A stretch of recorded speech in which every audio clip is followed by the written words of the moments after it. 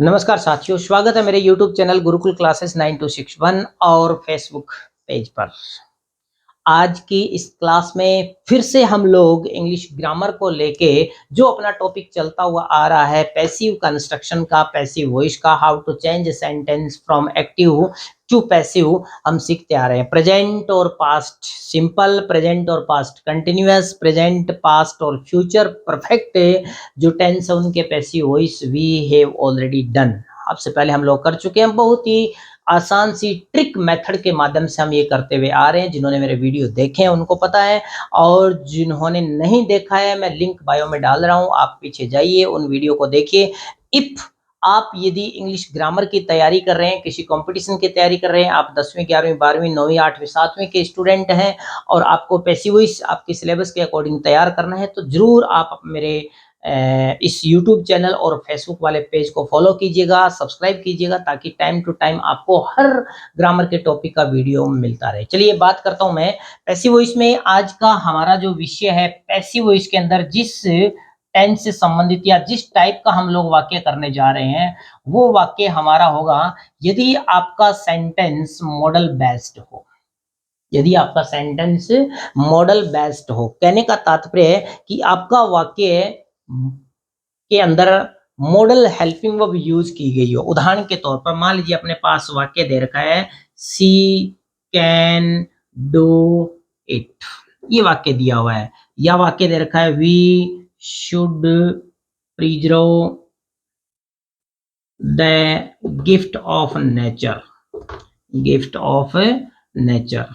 ठीक है ना। अब ये अपने पास सेंटेंस दिए हुए हैं, अगर इन वाक्यों का पैसिव वॉइस बनाना हो तो कैसे बनाएंगे। क्योंकि जिनको पैसिव वॉइस के बारे में जानकारी है उनको पता है कि जब भी हमें पैसिव वॉइस बनाना होता है हमें सबसे पहले उस वाक्य को आइडेंटिफाई करना है कि वो कौन से टेंस से बिलोंग करता है, ताकि उसके हिसाब से हम हेल्पिंग वर्ब का यूज करेंगे। ठीक है ना। अभी जब हमने इस ये यहाँ पर दिए गए दोनों जो आपके एग्जाम्पल्स है इनको जब हमने देखा तो आपका जो वाक्य है वो है तो प्रेजेंट टेंस का, लेकिन यूज जो हेल्पिंग वर्ब यहाँ पर हुई है वो मॉडल ऑक्सिलरीज यूज हुई है। ठीक है ना। तो इसका मतलब आपके वाक्य जो दोनों दे रखे हैं वो मॉडल बेस्ड है। अब इन वाक्यों का यदि आपको एक्टिव से पैसिव बनाना हो तो क्या करना है, बस इतना सा काम। पहले वाले वीडियो आपने देखे हैं, 6 स्टेप आपने पढ़े थे, वह के वह 6 स्टेप आपके मन में होने चाहिए। क्या क्या काम करना है। First of all you have to, सबसे पहला काम जो करना है, आपके पास दिए गए वाक्य के अंदर जो ऑब्जेक्ट है उस ऑब्जेक्ट को वहां से पिक कीजिए और उसको सब्जेक्ट बना दीजिए। अगर वो नाउन है तो वहां से उठ के एज इट इज आगे आ जाएगी, और यदि वो प्रोनाउन है तो अपने को पता है कि यदि वो पर्सनल प्रोनाउन है तो उस ऑब्जेक्टिव केस को आगे लाते टाइम हम सब्जेक्टिव केस में चेंज कर देते हैं। ओके। दूसरा काम, दूसरा स्टेप क्या करना है, आपके वाक्य के अंदर जो मॉडल दे रखा है उस मॉडल को एज इट इज लगा दीजिए। कैन दे रखा है कैन का कैन, शुड दे रखा है शुड का शुड, वुड दे रखा है वुड का वुड। जो टोटल आपके 13 मॉडल ऑक्सिलरीज होती है, टोटल जो ऑक्सिलरीज होती है वो आप सब लोग जानते हैं 24 होती है, जिसमें 11 जो होती है प्राइमरी होती है और 13 जो होती है वो मॉडल होती है। ठीक है ना। तो 13 में से कोई भी दे रखी है आप वापस एज इट इज उसको लगा दीजिए सेकंड प्लेस पर। तीसरे स्थान पर आपको अपनी तरफ से एक वर्ब लगानी है और वो वर्ब लगानी है बी। क्या लगानी है, बी। उसके बाद नेक्स्ट स्टेप आप यूज करोगे मैन वर्ब की। जो आपका वाक्य दिया हुआ है उस वाक्य में ऑलरेडी आपके पास जो वर्ब दी होती है वो हमेशा प्रेजेंट टेंस दिया होता है। कहने का तात्पर्य वर्ब की फर्स्ट फॉर्म दी होती है, ऑलवेज, हमेशा वहां पर वर्ब की फर्स्ट फॉर्म दी मिलेगी। ठीक है ना। ये नियम ही होता है। जैसे मॉडल के बाद में वर्ब की फर्स्ट फॉर्म आती है, हैज हेड के बाद में वर्ब की थर्ड फॉर्म आती है। ठीक है ना। और पैसिव वॉइस का यदि वाक्य है तो उसमें हमेशा वर्ब की थर्ड फॉर्म आती है, हम जानते हैं।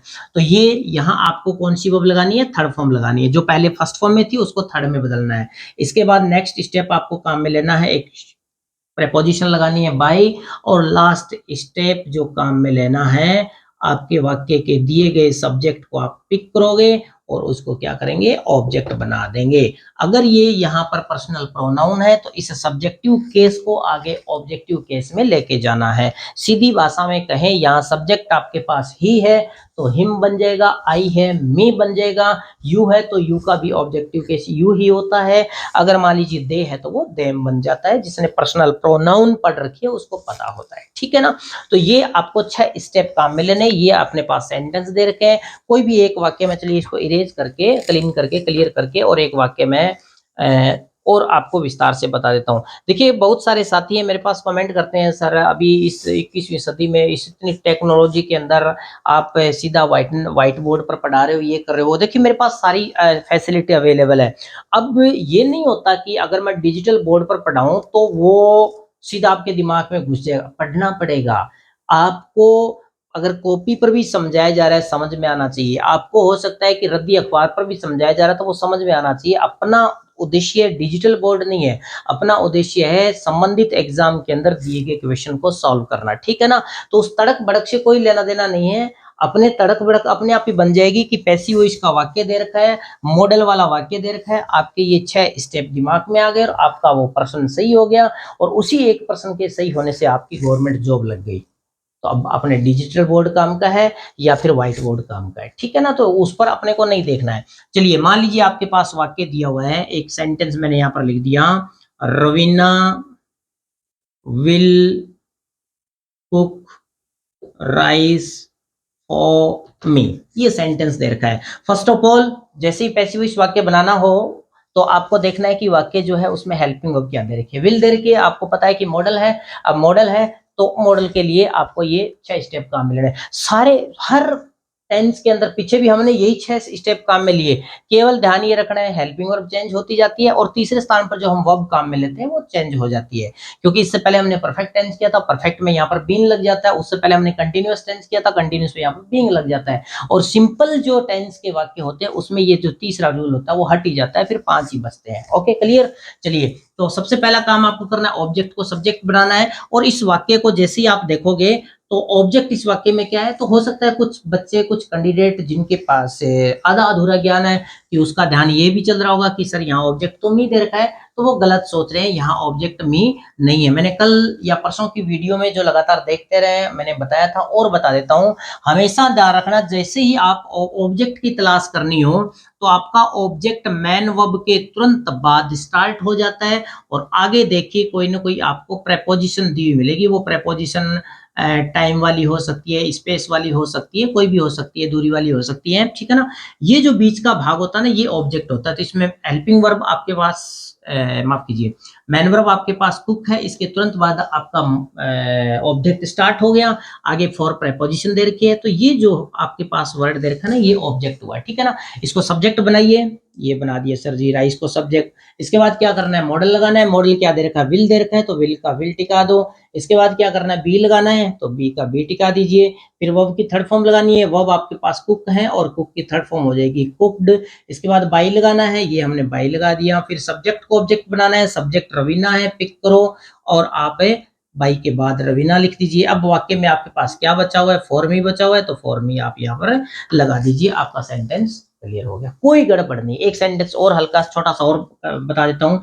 मान लीजिए आपके पास वाक्य है I can speak English, I can speak English और अब इस वाक्य में चलिए कोई बात नहीं, इस वाक्य में कैन मॉडल को देखा, ये नियम काम में लेने। पहला काम ऑब्जेक्ट को सब्जेक्ट बनाना है। ऑब्जेक्ट आपके पास क्या दे रखा है, सर जी इंग्लिश है, तो ये हमने सब्जेक्ट ऑब्जेक्ट को सब्जेक्ट बना दिया, ठीक है ना? इसके बाद अपने को क्या करना है, मॉडल लगाना है। मॉडल क्या दे रखा है, कैन दे रखा है तो कैन लगा दिया। तीसरे स्थान पर बी लगाना है, लगा दिया।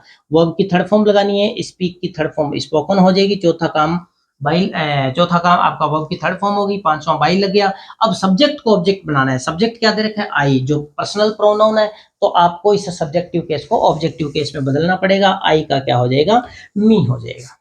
आ गया समझ? समझ आया?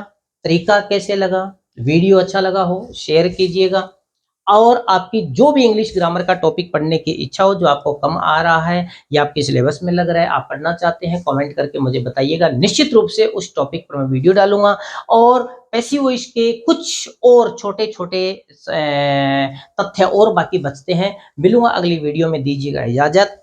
नमस्कार।